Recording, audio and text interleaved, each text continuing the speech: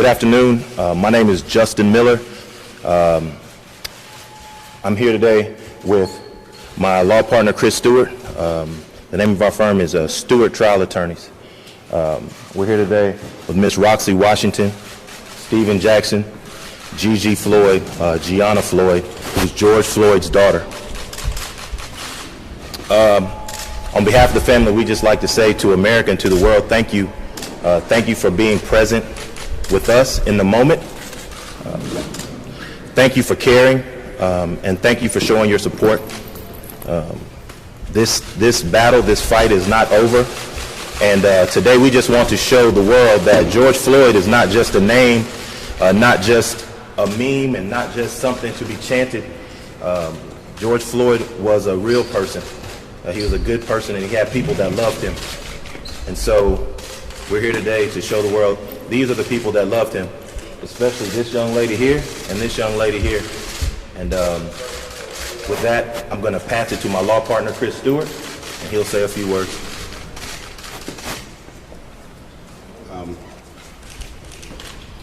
You know, the image that most of us have of George Floyd is the horrible video that we've seen. We've seen the anger in the streets. We've seen so much violence. We've seen beauty also. We've seen people standing up and speaking up, and we've seen massive changes happen across the country. But what we really wanted the world to see is the beauty of their child. The beauty of Gianna, who's going to be taller than me soon, just like her dad. The beauty of Roxy, who is holding up strong throughout this. And the actual situations in life that these things affect. It's not just that someone passes and people are angry in the street. It affects people's actual lives and their futures. So a father was taken. You've seen Ben, who we're working with, and that team. A brother and sister lost another brother. And here, I want to introduce you to Roxy and to Gigi.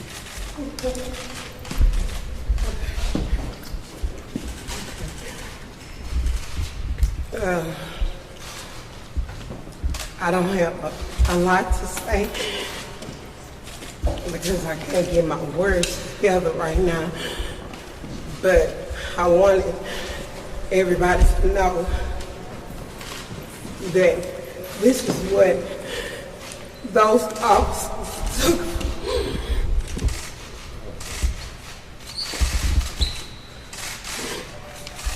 At the end of the day, they get to go home and be with their family. Gianna does not have a father. He will never see her grow up, graduate. He will never walk down the aisle.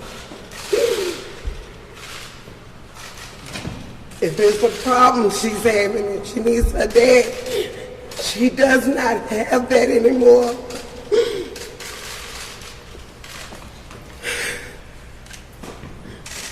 I'm here for my baby, and I'm here for George because I want justice for him.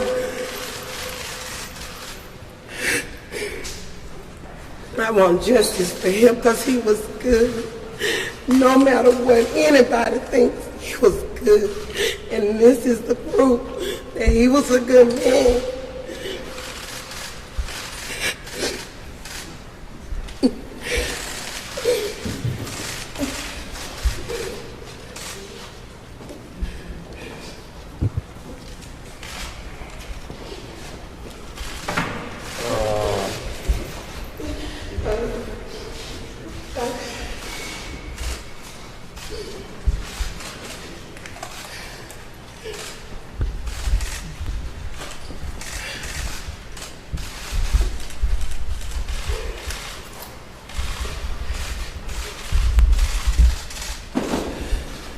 It really don't make no sense.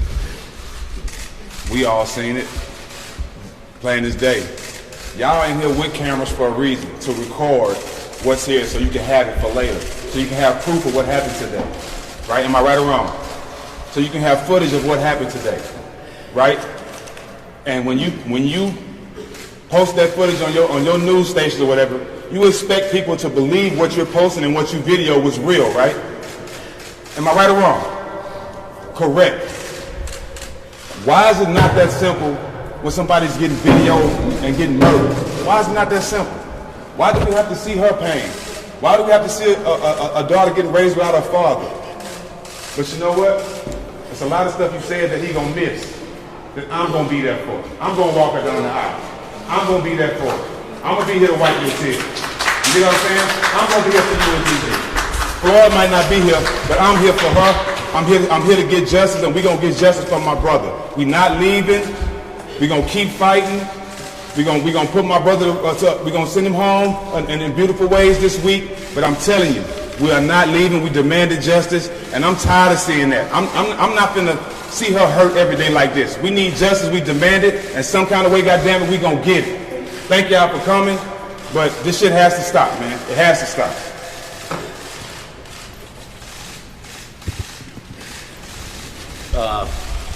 We literally flew up here from Atlanta, where today the district attorney indicted 6 officers who were involved in beating those college students and tasering them.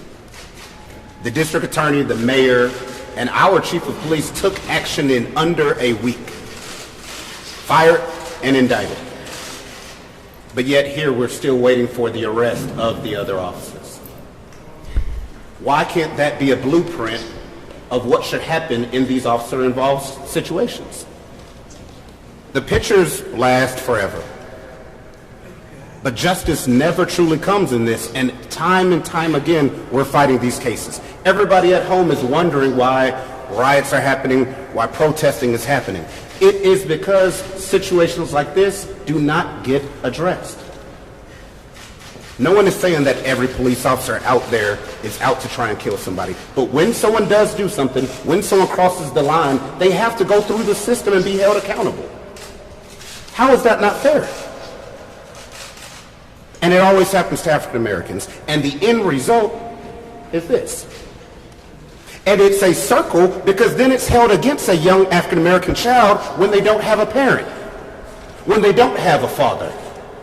Now we're somehow less than equal because we're missing that dad. Well, this is going to be the reason that Gianna is missing that dad. Through no fault of her own, through no fault of his. So this helps that cycle.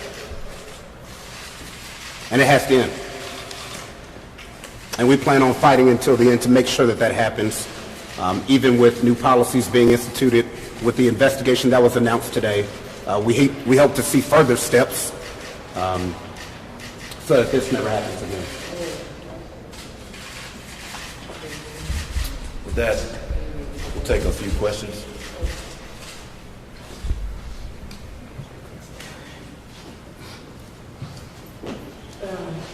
And very few, because this is rough work. Could Roxy just talk about the man George Floyd, his father, and just give us some beautiful memories of him? He was a good man as a father. He was so happy to have her. He was there. He slept the whole time that I went through labor. But when he heard her cry, he got up. He woke up. And I still have a picture of him waking up and getting his baby. He loved her. He loved her so much.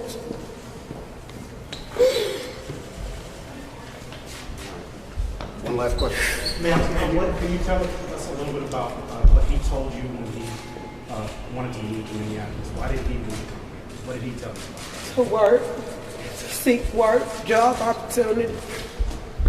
And did you feel like he was achieving his goal? Yeah. Yeah, he was. He was.